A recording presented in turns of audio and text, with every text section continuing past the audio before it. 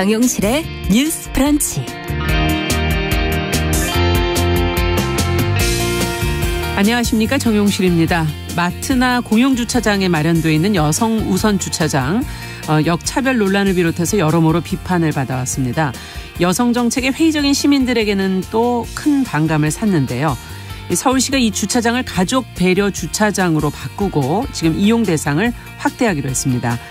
여성 우선 주차장이 오세훈 시장이 과거 재직 시절에 여성을 범죄로부터 보호하기 위해서 만들어진 것인데 그 효과가 미미하다는 지적도 지금 나오고 있죠.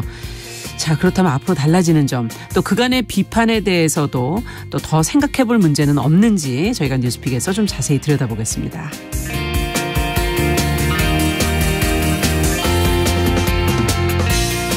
네, 지옥과 아래 쪽방이라는 말이 있죠. 지하, 옥탑, 고시원보다 열악하지만 주거난민이 가장 마지막으로 택할 수밖에 없는 곳이 쪽방이라는 곳인데요.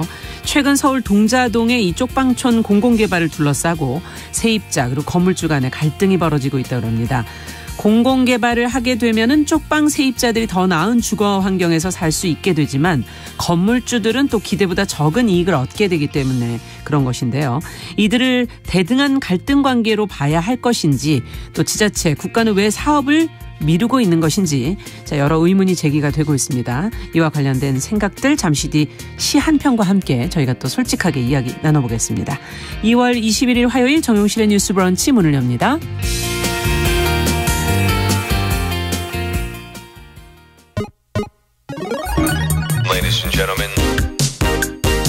새로운 시각으로 세상을 봅니다. 정용실의 뉴스 브런치 뉴스픽. 네, 정용실의 뉴스 브런치 항상 청취자 여러분들과 함께하고 있습니다. 라디오로 들으시거나 또 유튜브 콩으로 들으시는 분들 들으시면서 계속 댓글로 참여해 주시면 저희가 의견 반영하도록 하겠습니다. 자, 뉴스픽으로 시작을 해보죠.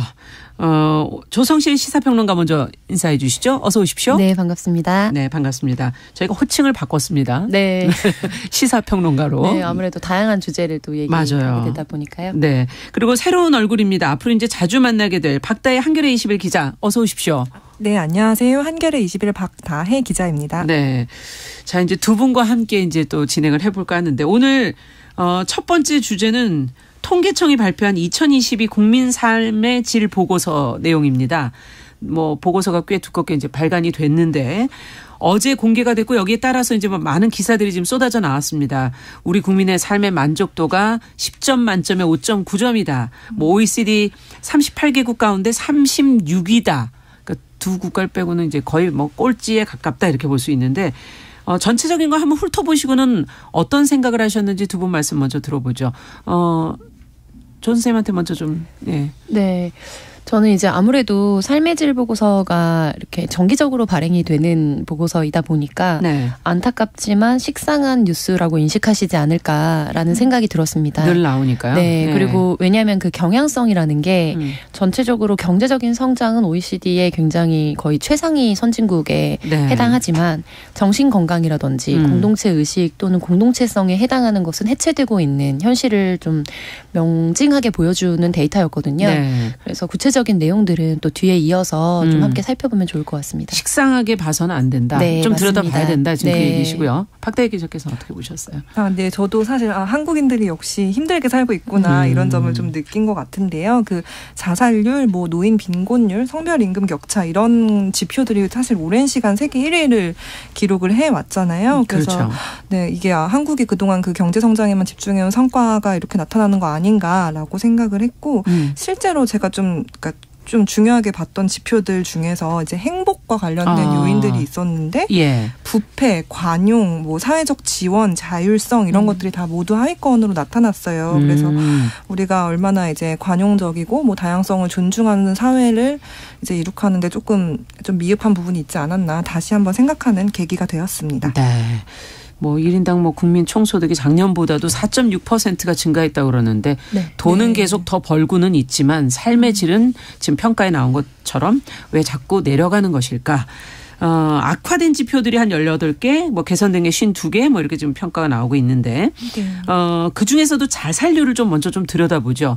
해마다 이제 이거 높은 순위를 아주 고정으로 갖고 있는 분야 아닙니까? 이 자살률도 늘었다면서요? 근데 더. 네, 그렇습니다. 사실 자살률이 저희가 OECD 부동의 1위입니다. 네. 그러니까 통계청이 이미 지난해 발표한 그 통계 자료가 있는데 한국의 경우 이제 10만 명당 자살로 인한 사망자 수가 평균 23.6명이에요. 이게 OECD 회원국 중에 가장 높은 수치였고요.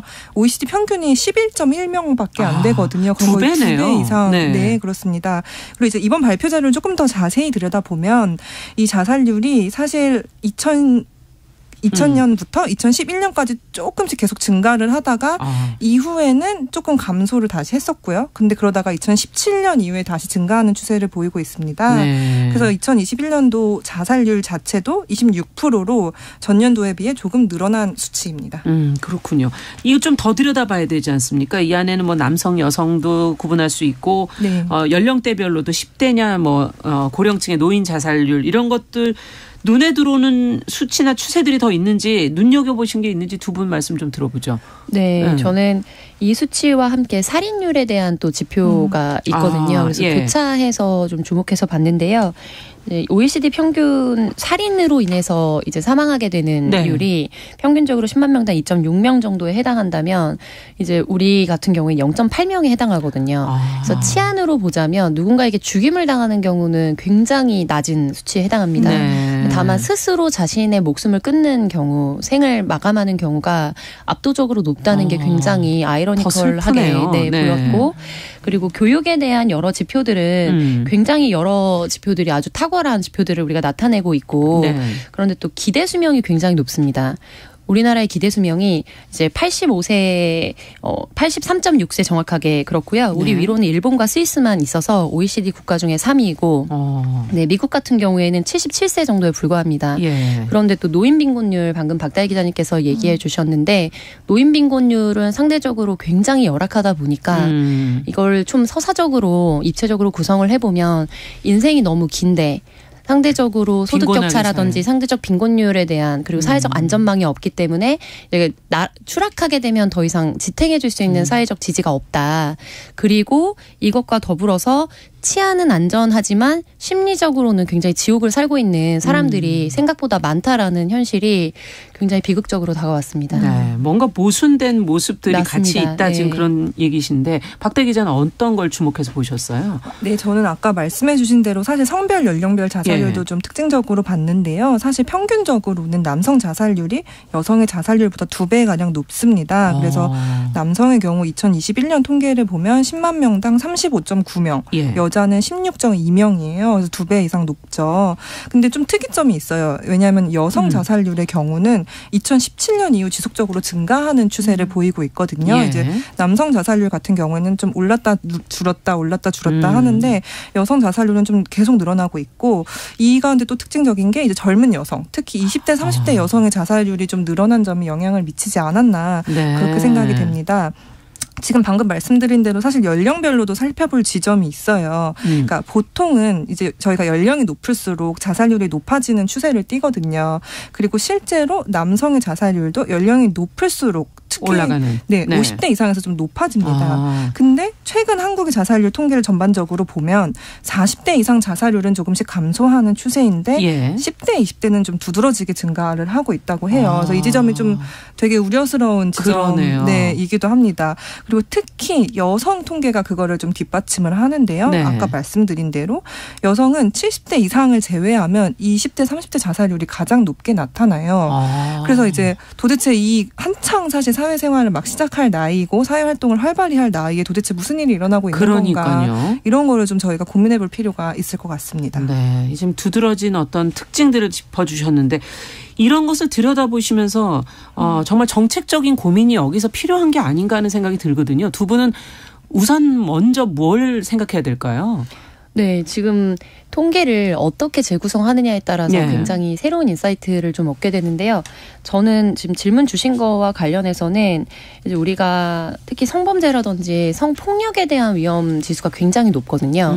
그래서 길거리를 야간 보행률에 대한 지표는 굉장히 안정적입니다. 네. 그리고 아까 살인이나 뭐 총기 같은 경우에도 사실은 불법이기 때문에 소지가 살인은 낮다. 그래서 그런 것들은 굉장히 낮은데 젠더 범죄라고 하죠. 가정폭력 혹은 성폭력, 성추행 등으로 노동으로 인한 이제 그런 불안도 그리고 실질적으로 피해를 입게 되는 여성들의 숫자가 많고 그것들에 대해서 새롭게 또 조명되는 것들이 많아지고 있습니다.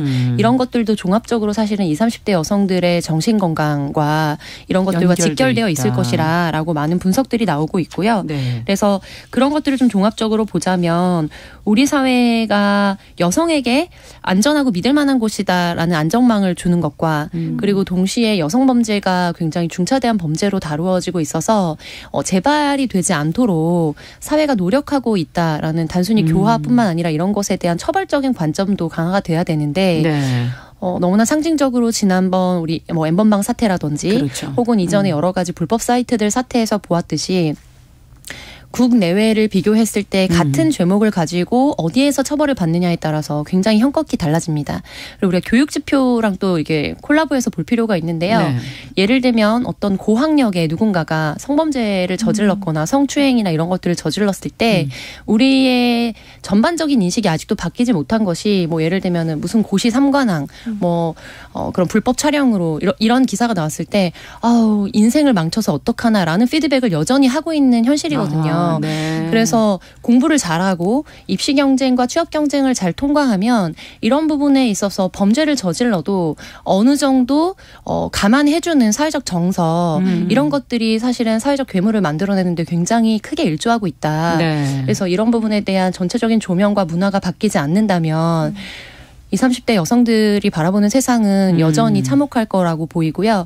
그리고 한 가지만 더 말씀드리면 여성을 전체로 봤을 때 각 세대별로 이제 어느 세대에서 가장 자살률이 높은가를 말씀해 주셨는데 이거를 세대별로 또 다시 이렇게 분류해 보면 세대별로 압도적으로 높은 그 사망 요인들이 나옵니다. 아, 요인들. 네, 맞습니다. 네. 근데 10대, 20대, 30대까지는 우리가 부동으로 수년간 제1위 약 50% 정도의 사망자가 스스로 생을 마감하는 선택을 한 것으로 보이거든요. 예. 40, 50대 같은 경우는 2위인 경우가 많고요. 왔다 갔다 하긴 하지만 예. 그런데 이제 10대부터 30대까지는 사실상 자살이 1위인 게 거의 부동입니다. 그래서 이런 것들이 젊은이들에게 우리 사회가 굉장히 비관적인 전망을 주고 있다. 이게 가장 주목해야 되는 포인트가 아닌가 싶습니다. 네, 정말 씁쓸한 거네요. 이제 미래가 밝지 않다, 네. 비관적으로 보고 있다. 이거 자체가 참 우리가 뭔가 개선해야 될 부분이 있구나 하는 걸 다시 한번 느끼게 하는데 어떻게 생각하십니까? 네, 저도 조성실 평론가님 말씀에 네. 이제 상당 부분 동의를 하고요. 아무래도 이제 연령별 성별에 따라서 좀 맞춤형으로 정책들이 필요하지 않을까라는 생각이 드는데 예를 들어 50대 이상 남성의 자살률 같은 경우에는 아무래도 뭐 고독사 문제라든가 그렇죠. 퇴직 이후에 어떤 경제적인 문제라든가 그런 점에 영향을 끼칠 수 있기 때문에 예. 이제 그런 점에서 어떤 사회적 안전망이나 복지 제도를 좀 돌아보는 그런 방면에 이제 정책이 필요할 수 있겠고 네. 이제 말씀하신 20대 30대 여성들의 경우 저도 한 축은 이런 어떤 성범죄 문제들 이제 여전히 성차별적인 어떤 사회의 단면들이 굉장히 중요하다고 생각을 하고 제가 또 사실 생각하는 것 중에 하나는 이들이 그러니까 사실 요즘은 청년들이 모두 이제 사실 취직이 어렵고 취업이 그렇죠. 어려운 상황이고 질 좋은 일자리들이 많이 없지만 그 모두가 취약한 가운데서도 더 열악한 자리는 대부분 여성들이 가거든요. 예. 그러니까 굉장히 질 낮은 일자리에 여성들이 가고 그러니까 우리가 보통 어떤 그 일하는 그 과정에서 이제 경력 단절이 일어나는 거를 보통 이제 뭐 결혼과 출산을 하면 경력 단절이 일어난다라고 네. 많이 얘기를 하지만 사실 특히 여성들 그리고 이제 지역으로 내려갈수록 그러니까 질 좋은 일자리를 구하지 못해서 계속 이제 경력이 끊기는 경우들이 되게 많아요. 그러니까 이게 이미 출산, 결혼 생각할 겨를도 없이 20대 때 이미 너무 힘든 과정들을 겪고 있어서 그렇군요. 이 취약하고 질 낮은 일자리를 어떻게 보장해 줄 것인가 저는 좀 그런 고민도 좀 필요하다고 생각이 듭니다. 네. 뜯어 보니까 50대 남성의 경우는 좀 복지 제도를 보완하는 방법이 있지 네. 않겠는가 지금 네. 제안을 하신 거고 네. 20, 30대는 고용의 문제를 그렇죠. 좀 질 낮은 일자리, 질 높은 일자리로 어떻게 변화시켜 갈 것인가. 네. 이게 아마 정책에서도 많은 고민을 하고 있는 부분일 텐데 통계로도 너무나 분명하게 지금 나와 있기 때문에 이제 본격적으로 시간이 그렇게 길지 않구나 하는 생각도 좀 들기도 하고요. 이 중에서 또 아동 학대 피해 경험률이 심각하다. 이게 지금 다른 해랑 달리 기사화가 지금 많이 되고 있고 눈에 띄는 부분인 것 같아요. 이 내용을 조성실 평론가께서 조금 정리를 좀 해주세요. 네, 아동학대 피해 경험률이 삶의 질 보고서의 한 축으로 늘 이제 표기가 됩니다. 네. 근데 이번 올해 가장 주목받았던 지표인 것 같은데요. 2021년도 기준으로 10만 명당 502건 정도가 이제 보고가 됐다면 전년 대비 100건 정도가 증가를 했습니다. 평균적으로. 100건 정도. 네, 10만 명 기준이죠. 한 20%가량이 는 거라고 볼 수도 맞습니다. 있는. 네. 근데 이제 여기에 대한 해석은 이미 보고서에서도 그렇게 담고 있고 실질적으로 우리 사회가 아동학대 관련된 이제 신고 의무자를 굉장히 확대하는 정책들을 취해왔거든요. 그렇죠. 그리고 민법에서도 사실 자기 부모 같은 경우에는 훈육이라는 이제 이름으로 체벌을 할 수가 있었습니다. 그러니까 뭐 권장하진 않지만 그걸 가지고 아동학대라고 이제 기소되지 않도록 하는 어떤 취지들이 있었는데 민법이 또 개정되면서 개정됐죠. 부모의 경우에도 이제 물리적으로나 또 혹은 정서적으로 아동학대를 했을 때 충분히 아동학대로 기소될 수 있는 여지를 열어뒀기 때문에 이런 부분들에 대한 사회 전반적인 의식의 향상 그리고 이거는 신고 건수만을 기준으로 해서 지표를 잡는 거거든요. 그래서 그런 종합적으로 우리가 신고율이 높아진 것도 이 축에 하나가 반영이 됐을 것이다라고 보고 있고 또 여러 전문가들은 우리가 코로나를 거치면서 이제 부모 양육자들도 사실은 사회 생활을 하는데 어려움을 겪었지만 가장 1차적으로 문을 닫았던 게 학교와 보육기관들입니다. 네. 그래서 그런 부분들에 있어서 이제 고립되는 아동들이 많아지다 보니까 관련돼서 기억해 보시면 최근 2, 3년간 뉴스들도 그 전보다 더 잦게 일어났거든요. 네, 너무 이런 잔혹한 내용들도 많아서. 그래서 이런 것과 상관관계가 있지 않느냐라고 좀 연구를 하시는 분들도 있는 것으로 알려져 있고요. 그래서 종합적으로 이것은 우리가 더 집중해서 좀 들여다봐야 되는 지표일 것으로 보입니다. 네, 일단은 그래도 좋게 해석하시자면 이건 코로나 영향으로 서로 간에 더 갈등이 심화되면서 또 부모의 훈육이 또 민법 개정 이런 것들로 인해서 두드러지게 드러난 것이다. 그러나 또 그 안에 또 더 들여다봐야 될 부분도 있을 것 같은데. 악화된 부분도 실제로 있고요. 실제로 있고요. 자, 두 분이 그럼 이 안에서는 어떤 부분을 좀 관심 가져야 된다고 보십니까? 아동학대 문제. 먼저 박 기자님께. 네, 저도 사실 이 지표가 되게 뚜렷하게 증가세를 나타낸 지표여서 좀 되게 유의 깊게 봤는데요.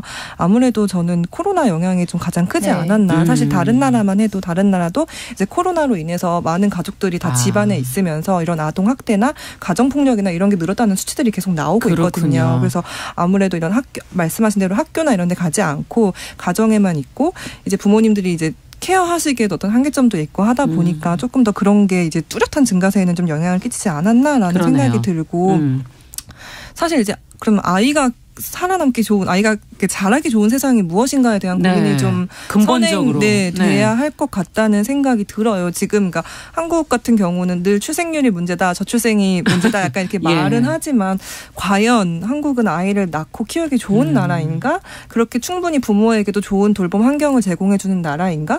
아빠들은 계속 육아휴직을 잘 사용할 수 있는가? 이런 문제들을 좀 근본적으로 좀 짚어봐야 할 때 아닌가라는 그런 생각이 듭니다. 네. 자, 그렇다면 이제 보고서 안에 많은 내용들이 있는데 어떤 부분들을 또 좀 살펴볼까요? 저희가 이제 자살률의 문제, 아동학대 경험률 뭐 이런 걸 지금 얘기를 해봤는데요. 또 어떤 걸 들여다볼까요? 네, 저는 전체적으로 우리가 사회적 고립도 아까 말씀드렸던 공동체성이라든지 최소한으로 내가 의지할 수 있는 지기가 없다. 가족이라든지 이런 지표들이 악화되고 있는 것에 좀 주목을 했는데요. 가족 공동체 중에서 사회적 고립도 이거는 어떤 항목을 가지고 평가를 하냐면 내가 정말 힘들 때 이야기를 할 수 있는 사람이 주변에 있는가 그리고 너무 몸이 아플 때 이제 기본적인 집안일을 대신 이제 생활에 필요한 부분을 해줄 사람이 있는가에 대해서 특히 힘들 때 이야기를 털어놓을 사람이 없다라고 응답한 사람이 20.4%에 달했습니다. 그래서 거의 국민들 중에 평균적으로 5명 중에 1명은 자기의 힘든 얘기를 할 수 있는 주변 사람 자체가 없다는 거거든요. 그리고 이게 지속적으로 악화되고 있습니다. 2010년 이후에 반복적으로 계속 점점 더 악화되고 있는. 수치가 계속 높아져요. 네.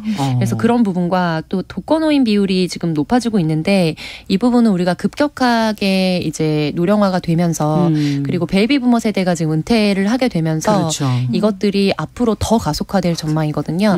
그럼 이거는 사회적 고립도와 다시 또 같이 연결지어서 메비우스의 띠처럼 계속해서 순환고리를 끊을 수 없는 문제가 될 것으로 보여서 좀 굉장히 좀 좀 위험하다고 봤고요. 네. 그리고 시민 참여와 관련돼서도 시민의식, 자원봉사 참여율 등과 같은 공동체와 연결되어 있는 지표들은 거의 다 부정적으로 악화됐습니다.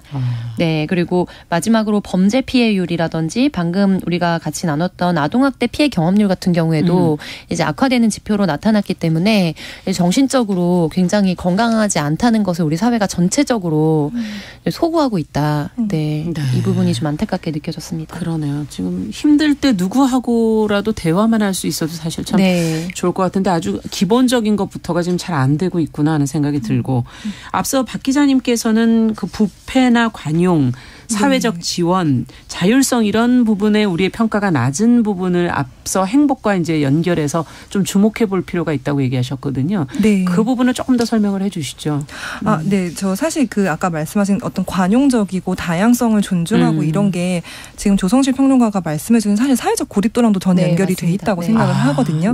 왜냐하면은 제가 작년에 저도 이제 취재를 하면서 알아본 것 중에 영국의 이제 노린하우츠라는 교수가 고립의 시대라는 책을 썼는데 그 연구 내용이 어떤 거냐면은 사람들이 점점 고립될수록 혐오와 같은 감정에 더 이제 연결될 수 있다는 가능성이 높다는 연구 결과가 있었어요. 그러니까 예를 들어 조금 더 나는 이제 일상적인 생활에서 고립이 돼 있기 때문에 조금 더 어떤 극우적인 어떤 정치적 집단에 조금 더 소속감을 느낀다던가 아니면 나보다 더 어떤 사회적 약자에 대한 어떤 비난이나 비판에 조금 더 경도되기 쉽다던가 이런 연구 결과가 있었고 그게 저는 한국에서 또 일정 정도 나타나고 있다는 생각이 들거든요. 그러네요. 근데 이게 해결책을 내놓은 게 사실 생각보다 별게 아니에요. 왜냐하면 사실 코로나로 인해 고립도 자체가 전 세계적으로 늘었고 올랐죠. 네. 근데 이제 조금 이제 엔데믹으로 풀려가고 있잖아요. 근데 그러면은 정말 이웃과 대화해 보는 거, 만나서 자꾸 이렇게 인사해 보는 거, 그 동네에 있는 어떤 공동체에 가서 서로 교류해 보는 거, 대면 교류를 하자라는 거 그런 거를 좀 강조한 측면들이 있거든요. 그래서 전반적으로 우리가 사실 사람들이 만나서 대화를 해야 나와 다른 의견을 지닌 사람하고도 좀 대화를 해볼 수 있고 서로 이해할 수 있잖아요. 그래서 그런 게 계속 이뤄질 때 사실 관용과 같은 것도 좀 높아지지 않을까라는 생각이 듭니다. 그리고 또 하나는 제가 삶의 만족도를 볼 때 삶의 만족도 수치를 좀 흥미롭게 보기도 했는데 왜냐하면 이게 분명하게 소득 수준에 따라 삶의 만족도가 차이가 나는 거예요. 그래서 한국의 경우 삶의 만족도가 2022년 기준으로 6.3점 이게 평균치이긴 한데요. 사실 월 100만 원 미만의 저소득층 삶의 만족도는 5.5점으로 평균보다 0.8점이 낮아요. 그래서 제가 보니까 한 적어도 월 300만 원 이상은 소득이 있어야 어느 정도 평균치에 가까운 만족도를 나타내더라고요. 근데 사실 여전히 일자리를 보면 제가 아까도 일자리 문제를 얘기를 했지만 200만 원대도 안 주는 일자리가 굉장히 많거든요. 이게 지역으로 갈수록 훨씬 심하고요. 그래서 우리가 이 일자리 문제도 좀 같이 해결을 하고 불평등 격차를 줄여나가는 방향을 좀 고민을 해야 한다. 그러기 위해서 무엇이 필요한가 좀 이런 지점에서 좀 고민을 해야 할 것 같다는 그런 생각이 들었습니다. 지금 청취자 3116번님께서 사회적 법적 어떤 불공정의 문제도 좀 해결이 돼야 된다 이런 얘기도 해주셨고 4222번님께서는 빈곤도 정말 큰 문제다. 지금 지적해 주신 것처럼 결국 삶의 질은 고용의 문제, 가난의 문제 이런 것들하고 연결돼 있다는 얘기처럼 그 문제도 지적을 해 주셨고요.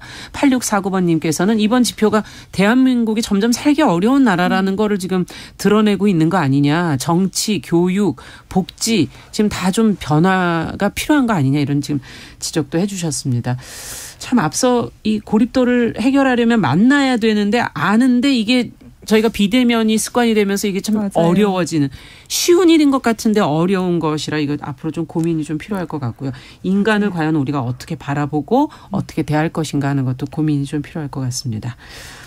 자, 이 주제만 가지고도 오늘 다 얘기 끝도 없지만 정말 짧게 한 말씀 더 하시겠어요? 이거 관련된 대안으로 이제 아동 같은 경우에 영유아 검진을 하거든요. 그리고 성인 같은 경우에도 건강보험공단에서 이제 정기적으로 무료 검진을 해줍니다. 그렇죠. 아동 청소년은 취약인 경우에는 학교에서 진행하고요. 근데 이럴 때 정신건강과 관련된 지표를 의무적으로 삽입시키고 관련해서 유의미한 경우에는 바우처 형태로 상담을 지원해주는 것을 의무화하면 사실은 정신질환자에 대한 조기 발견도 되고 사회적 고립이나 이런 부분에 대한 대안도 될 수 있을 거라고 생각합니다. 네, 이 내용도 참 중요하네요.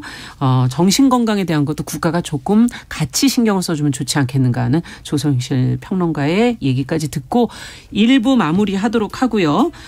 잠시 후 뉴스픽 이어가도록 하겠습니다. 11시 30분부터 일부 지역 해당 지역 방송 보내드립니다.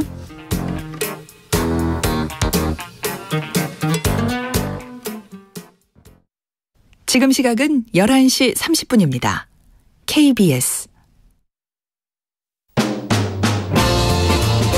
여러분은 지금 KBS 1라디오 정용실의 뉴스 브런치와 함께하고 계십니다.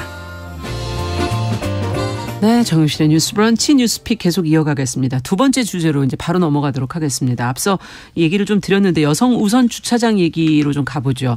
서울시가 이 주차장을 지금 가족 배려 주차장으로 바꾸겠다라고 이제 발표가 됐는데 이용 대상이 그러니까 좀 여성에서 확대가 되는 거겠죠. 어떻게 변화되는 건지 박 기자님께서 간략하게 좀 설명을 해주세요.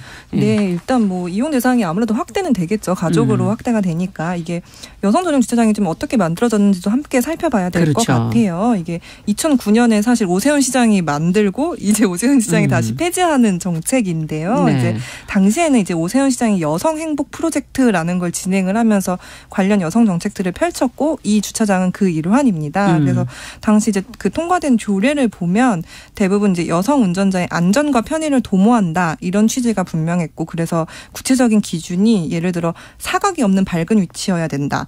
뭐 접근성, 이동성, 안전성이 보장돼야 한다. 그리고 CCTV 감시가 용이해야 한다. 이렇게 보시면 알 수 있듯이 이제 주차장에서 여성 대상 범죄가 일어나는 걸 좀 방지해보자 이런 취지를 좀 담고 그렇죠. 있었는데 네. 이제 오세훈 서울시장이 이제 지난해 8월 이제 선거를 준비하시면서 이제 엄마 아빠 행복 프로젝트를 하겠다라고 하면서 이제 시내에 있는 공영 주차장을 중심으로 이제 여성 우선 주차장을 가족 배려 주차장으로 전환한다. 그러니 이제 아이가 있는 이제 차 같은 경우 이제 주차를 할 수 있게. 네. 예. 그래서 보면 이제 서울 시내 공영 주차장 중에 여성 우선 주차장이 69개소에 1988칸 이렇게 좀 마련돼 있어요. 그래서 네. 이거를 이제 차츰 바꾸겠다는 거고 향후에 가능하면 이제 민간 주차장에서도 좀 자율적으로 이렇게 전환할 수 있도록 좀 유도하겠다 이렇게 밝혔습니다. 네. 자, 그러면은 이 내용을 어떻게 보시는지 두 분 의견을 먼저 좀 들어볼까요? 네. 우선 저는 이 여성 우선 주차장 같은 경우에는 네. 도입 취지 자체가 이제 주차장에서 금품을 갈취당하거나 혹은 납치당하는 여성 운전자들이 네. 집중 조명되면서 사실은 이게 정책으로 거죠. 네, 시작이 되었거든요. 네. 그런데 그런 부분에 대해서 이제 그런 뭐 전개 과정은 소거된 채로 특히 몇 명의 유튜버들을 중심으로 해서 시작된 이 여성 우선 주차장, 여성 뭐 전용 택시 이런 것들이 굉장히 여혐적인 여성을 혐오하는 이적인 것으로 이제 비화되고 또 재생산되는 과정들을 거쳐 왔습니다. 네. 그래서 이것이 오히려 역차별이다라는 것에 굉장히 상징적인 아이콘처럼 다루어져 왔던 게 현실이고요. 근데 이것과 관련된 이제 제 개인적인 의견을 물으신다면 저는 가족 배려 주차장이라는 네이밍 자체가 1인 가구가 늘어나고 있는 현실을 반영하고 있지 못하고 그리고 가정 중심적인 굉장히 보수적인 관점을 아주 명시적으로 드러낸 거라고 생각을 합니다. 예. 예를 들면 지금 장애인 주차장 같은 경우에는 법적 근거가 있기 때문에 과태료도 물고 또 관련된 법규들이 있습니다. 근데 이거는 각 지자체에서 조례를 근거로 해서 이제 시작이 된 것이고 실제로 여성 우선 주차장에 주차를 한다고 하더라도 과태료를 물거나 하는 법적 처벌이 따르진 않습니다. 네. 시민의식에 기반한 거죠.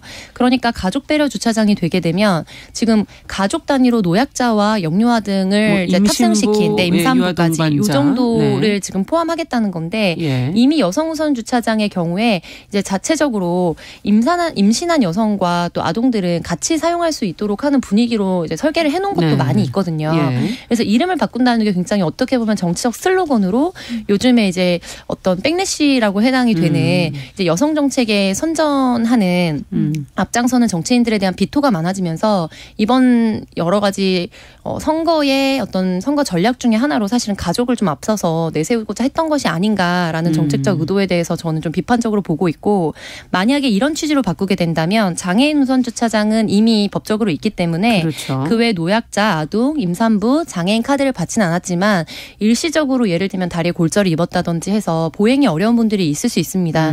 그런 경우에 교통약자 주차장으로 이런 방향으로 가게 된다면 이제 네이밍을 바꿔야 한다. 왜냐하면은 이 행정에서 얘기하는 그 이름은 결국에 사람들에게 어떤 앵글로 이 세상을 보게 할 것인가를 좀 견인하기 때문에 그런 부분에서 이번 정책은 좀 아쉬운 점이 많다고 보고 있습니다. 근데 여성 우선 주차장이 이제 처음에는 보호하자는 취지가 중요했는데 도리어 역효과가 났다 하는 지적도 있고 또 막상 그 지금 여성 우선 주차장이라는 건 우선이라는 말에 있듯이 여성만 쓸 수 있는 것도 또 아니었다라는 지적도 있어서 막상 뭐 임산부들은 잘 써보지도 못했다 뭐 이런 그런 지적들도 있는데 어떻게 보십니까? 사실 좀 대안을 더 그러니까 좀 고민해볼 필요는 있지 않습니까? 실효성 있는 대안을 고민해야 될 것 같아요. 말씀하신 대로 사실 이 여성 전용 주차장, 여성 우선 주차장에 대한 비판 자체가 정말 이게 그러니까 엄밀한 실태 조사를 기반으로 했다기보다는 어떤 소위 말하는 여성 할당제. 근데 사실 한국에 명시적으로 여성 할당제가 시행되는 분야는 없거든요. 양성 평등 채용 목표제 같은 거는 있긴 하지만 근데 마치 어떤 여성 할당제라는 프레임이 여성이 굉장히 특혜를 주는 것처럼 하는 어떤 이런 공격들이 좀 최근에 목소리에 힘을 얻어왔고 그 연장선상에서 결국 이 주차장 정책도 약간 좀 비판을 받은 거 아닌가라는 생각이 들고, 사실 이 서울시의 성인지 통계 자료를 보면 여전히 여성에게 과연 안전한 도시인가라는 의문이 들게 하는 지표들이 있어요. 예를 들어 야간 보행에 대한 두려움이 있냐 없냐를 물었을 때 두려움이 있다고 답한 여성은 52.4%로 과반을 넘거든요. 남성은 한 46.2%입니다. 그리고 이제 범죄 위험에 대한 인식도를 물었을 때도 내가 불안전하다라고 느끼는 여성은 43.4%고 남성은 29%예요. 그러니까 여기서 차이가 많이 나네요. 여전히 서울에 사는 여성 뭐 4명, 5명, 그러니까 10명 중 4명이나 5명은 여전히 두려움도 있고 불안전하다고 생각하는 그런 과정에서 사실 일상을 유지하고 있는데 과연 이 여성 전용 주차장을 바꾸면서 그럼 여성 안전에 대한 어떤 고민이나 그런 보완책을 같이 실시를 하고 있는가, 그 점도 좀 같이 짚어볼 만한 거 아닌가라는 그런 생각이 듭니다. 그러네요. 이 안전 문제는 그럼 어떻게 해야 될까요, 정말? 어떻게 보십니까? 조성실 평론가께서는. 네, 이 안전 관련해서 서울시에서 다양한 정책들을 시도했는데요. 예를 들면은 버스에서 내린 다음에 집까지 귀가할 때 이제 뭐 동행하는 서비스를 제공한다든지 그런데 실질적으로 좀 유효하게 지표를 드러낸 정책들도 있습니다. 그래서 이런 실태 조사를 기반으로 한다는 게 저는 굉장히 중요하다고 보고 있는데 이제 그렇다더라라는 국민적인 어떤 감정이라든지 혹은 일부 유튜버들의 이야기들에 이제 호도되거나 그거를 근거로 해서 정책 판단을 하지 않고 자체적으로 갖고 있는 데이터를 종합적으로 봤을 때 유의미한 정책들은 조금 더 인력 배치를 강화하고 예산을 더 편성하고 그렇지 않고 효과성이 좀 모호했던 정책들은 선택과 집중 정책으로 좀 줄이는 방식으로 해서 당사자들도 그거에 대한 실효성을 체감하고 그리고 거기에 해당되지 않는 분들은 오히려 열패감이라든지 소외감을 좀 느끼게 되는 일들이 많거든요.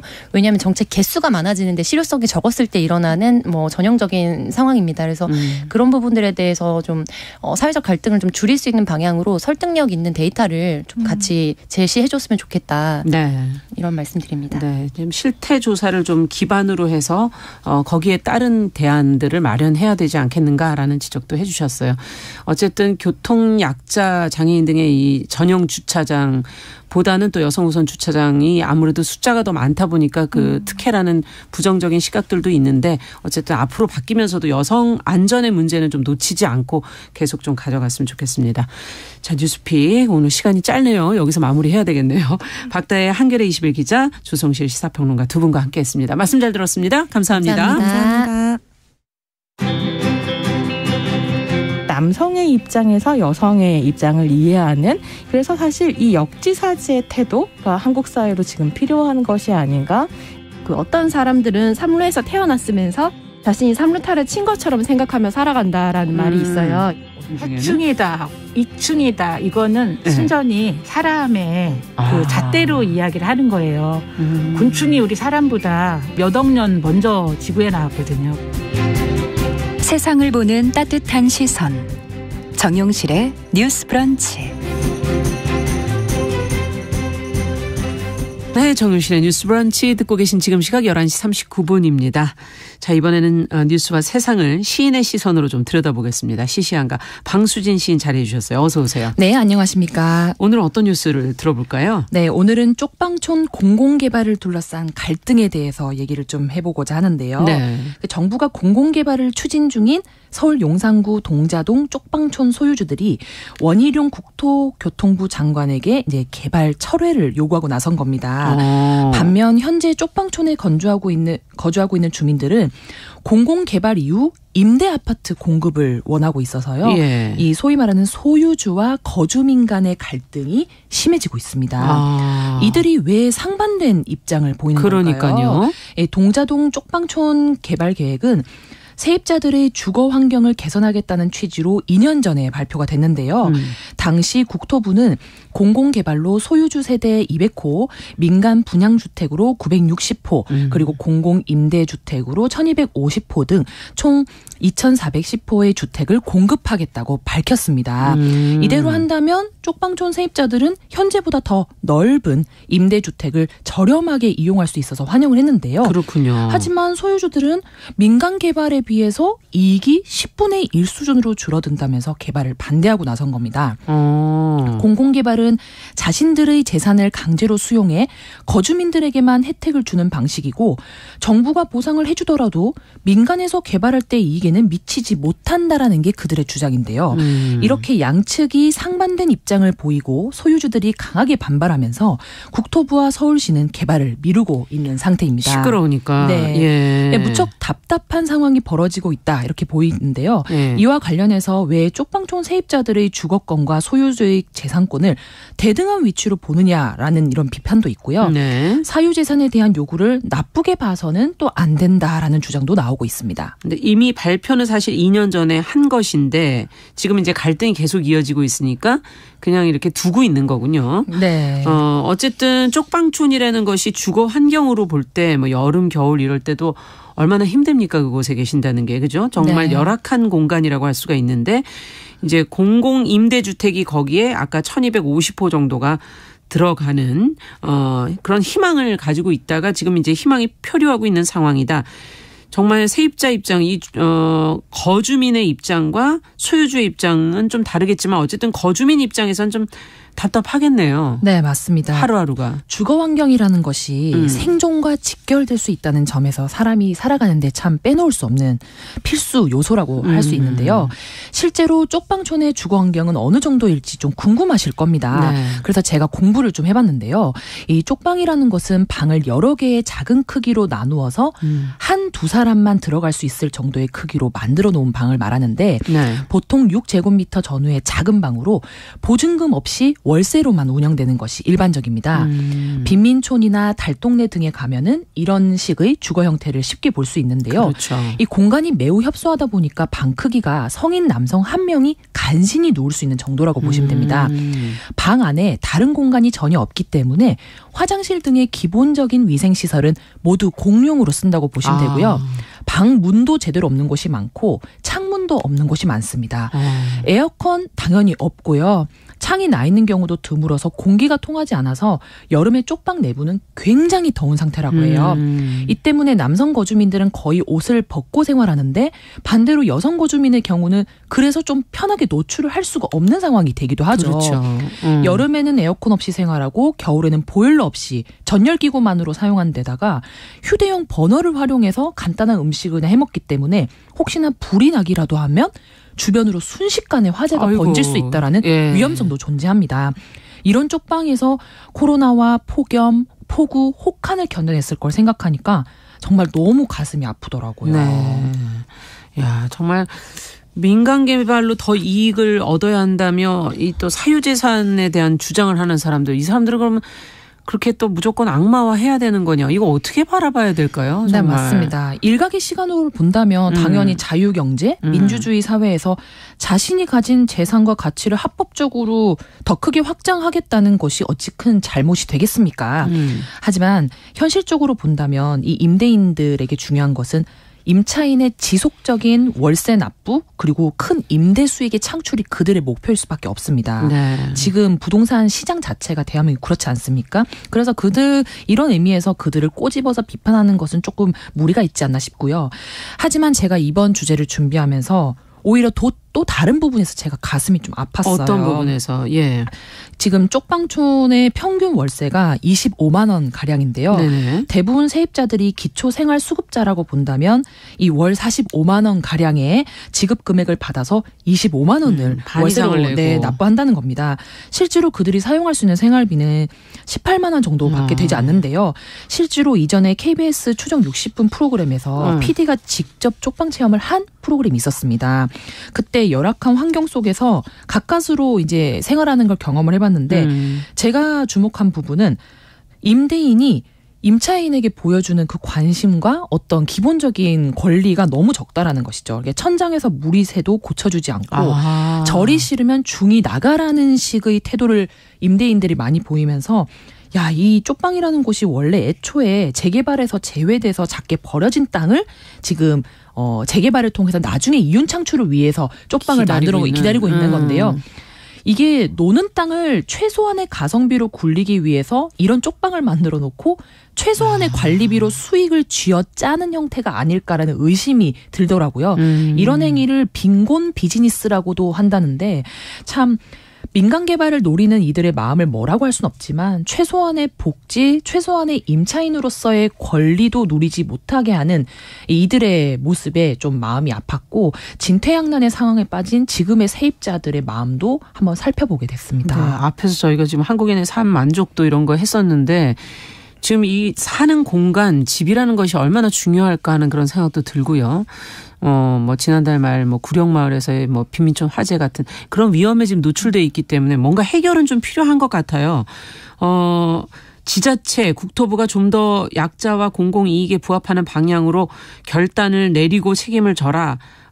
또 서울시가 내세우는 게 약자와의 동행이라면은 약자를 위해서 일해야 하는 거 아니냐 이런 한견의 지적들도 있는데 어떻게 보십니까? 네, 사회적 약자의 의미를 사전적으로 좀 찾아보면요, 이게 신체적, 정신적, 경제적, 사회적, 문화적으로 소외되거나 열악한 위치에 있어서 기본적인 권리를 충분히 누리지 못하는 어떤 개인이나 집단을 이릅니다.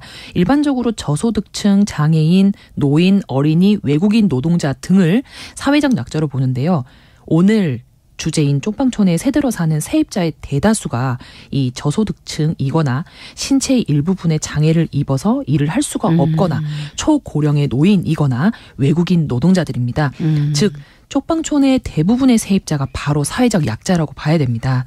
그런 의미에서 서울시가 내세우는 약자와의 동행에 공공임대 사업이야말로 정말 적극적으로 추진해야 되지 않나라는 생각이 드는데요. 네. 공공임대라는 것이 이 저소득 주민들의 주거 안정을 위해서 30년, 50년 이상 장기간 임대를 약속하는 거 아닙니까? 네. 이 지금의 쪽방보다는 훨씬 여건 좋은 건물로 신축하게 되면 삶의 질이 올라갈 것이고, 그리고 장기 임대가 가능하게 되면 그들의 주거 안정성이 확보되니까 조금 더 그들의 삶의 자립과 변화를 이끌어낼 수 있는 긍정적 방향이 저는 이 공공임대 사업이 아닐까 싶거든요. 네. 그런 의미에서 서울시의 약자와의 동행이라고 한다면 이 공공임대 사업에 대해서 조금 더 적극적인 태도를 취해야 되지 않나라는 생각을 해봅니다. 네. 자, 근데 또 이제 갈등 상황 속에서 쪽방촌 이 거주민들을 비난하는 목소리도 꽤 많이 나오고 있다면서요. 개발할 때 한 몫을 챙기려고 버티는 거냐, 이런 얘기까지 나오고 있다고 하는데 어떻게 보세요? 맞습니다. 그들의 가난이 미래의 한 몫을 챙기기 위한 스스로의 선택이라는 식의 댓글 많이 보셨을 텐데, 저는 오히려 이러한 댓글은 그들에게 2차적 피해를 불러일으킬 수 있는 정말 위험하고도 좀 날카로운 말이 아닐까 싶은데요.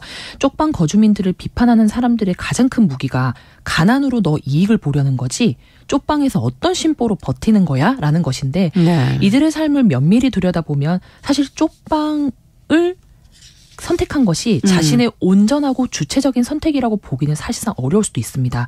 홈리스 행동 활동가 이동현 씨의 말에 따르면 목돈을 모으지 못하고 자산 취득을 하지 못한 사람들은 보증금을 마련해서 더 나은 주거로 자력으로는 갈 수가 없다라고 말씀하시거든요. 예. 그러니까 사실상 이곳에서 생활하는 사람들이 쪽방 이외에는 다른 주거지를 구하기 어렵다는 뜻입니다. 마지막 서울에서, 주거지다. 네, 마지막 주거지인 것이죠. 서울에서 한 달에 20-30만 원 선에서 주거를 해결할 수 있는 방법 사실상 정말 쉽지 않습니다. 그러면은 다른 지역으로 비수도권 지역으로 떠나면 되는 거 아니냐 이런 얘기하시는 분들도 있는데 이게 서울이기 때문에 또 일자리가 있는 것이고 다른 지역에 또 일자리 문제라든지 이런 것과도 연결되어 있는 거 아닌가요? 네, 맞습니다. 이들의 선택이 온전한 주체성을 띈다고 보기 어려운 것이 말씀 주셨던 것처럼 이들은 진짜 떠날 수 없어서 대안이 없어서 쪽방에 사는 경우도 많거든요. 비수도권 지역으로 그냥 떠나라라는 분들도 계신데 사실 도시가 사는 사람이 많고 소득이 높다 보니까 파생되는 일자리도 훨씬 많습니다. 그렇죠. 그리고 가난한 사람들이 서울로 모여들다 보니까 이들의 의식주 해결을 위해서 무료 배식이나 의료 서비스 제공, 봉사 시스템 굉장히 오랫동안 구축되어 왔었죠. 그렇죠. 하지만 시골은 사실 이런 것들이 좀 미비한 것이 사실입니다. 비수도권은. 네. 그래서 이들로 인해서 만약에 비수도권으로 가라라고 한다면은 너무 많은 것들을 포기하고 새로운 환경에서 그들에게 다시 시작해라라는 말과 다름이 없기 때문에 그런 의미에서 생명의 위협을 느끼면서 하루하루 살아가는 이들에게 서울 떠나면 그만이야라는 말은 좀 너무 날카로운 칼이 아닐까라는 생각도 해봅니다. 네. 자, 그럼 오늘 얘기를 하면서 또 드는 생각은 경제적으로 그럼 어려운 분들을 위한 그 임대주택에 관해서도 한번은 생각을 좀 해봐야 될 것 같아요. 맞습니다. 예. 저 역시도 결혼을 하고 가정을 꾸리면서 제일 먼저 들었던 생각이 내 집 마련이었습니다. 나 이제 주거지를 어떻게 해야 되지? 그렇죠. 그럴 때 가진 돈은 없고 이율이 비싸고 가장 먼저 생각드는 것이 임대주택이 있었지. 저 역시도 사실 임대주택을 오랫동안 알아봤습니다. 네. 어떻게 돼 있던가요? 알아보시니까. 임대주택은 사실 이제 소득 수준이 어느 정도 이제 맞아야 되는 사람들한테 주는 임대주택인데 제 친구 한 명은 실제로 신혼부부가 임대주택을 들어가서 살고 있어요. 예. 네, 뭐 행복주택이라든지 다양한 상품들이 맞아요. 있는데 정말 저렴한 금리로 신혼부부들은 사실 그 기본 자금이 얼마 없잖아요. 그래서 그들에게 있어서 좀 주거 안정과 나중에 이제 이세를 만든 그 기간을 보장해 주는 거에도 상당한 주거 안정감을 느끼고 있다라고 하더라고요. 그런데 이제 저는 어쨌든 이후에 뭐 다른 전셋집을 구해서 살고 있지만 이번에 주제를 말하면서 이 남짓한 쪽방에서 더위와 추위를 고통을 겪으면서 살고 계신 이 분들의 생각을 해보니까 이 임대주택은 단순히 주택이 아니라 그냥 생존권이다라는 생각이 들더라고요. 네. 그래서 앞으로 공공임대주택 사업이 좀 적극적으로 추진됐으면 하는 바람입니다. 네. 야, 그러면 이 무거운 주제에 걸맞는 시가 어떤 시가 있을까? 네. 임재정 시인의 아돌프 내가 해롭습니까? 라는 최근에 발간된 시집에 수록된 베이비 부머 시대라는 작품을 준비해봤는데요. 네. 일부 낭독을 드리고 마저 말씀 나누도록 하겠습니다.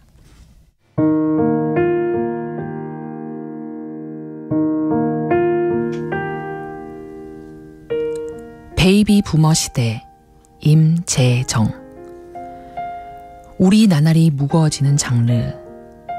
어제의 무릎을 베고 잠에 들어 라디오를 켰죠. 교정 가득 칼이 꽂힌 꿈을 꾸었어요. 동해물과 백두산이 마르고 닳도록. 오전 9시 선글라스의 휘파람을 따라 둘, 셋, 넷. 좀비들이 은사시 숲으로 사라집니다.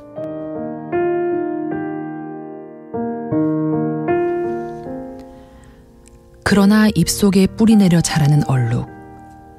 장르 밖 이 이야기는 결코 끝나지 않아요. 빛과 이파리를 합하면 얼룩무늬 샤먼이 됩니다. 다음은 누구 차례인지 묻는 골목마다 군합발 소리. 끝나지 않아요. 우린 세기를 지나도 죽지 못합니다.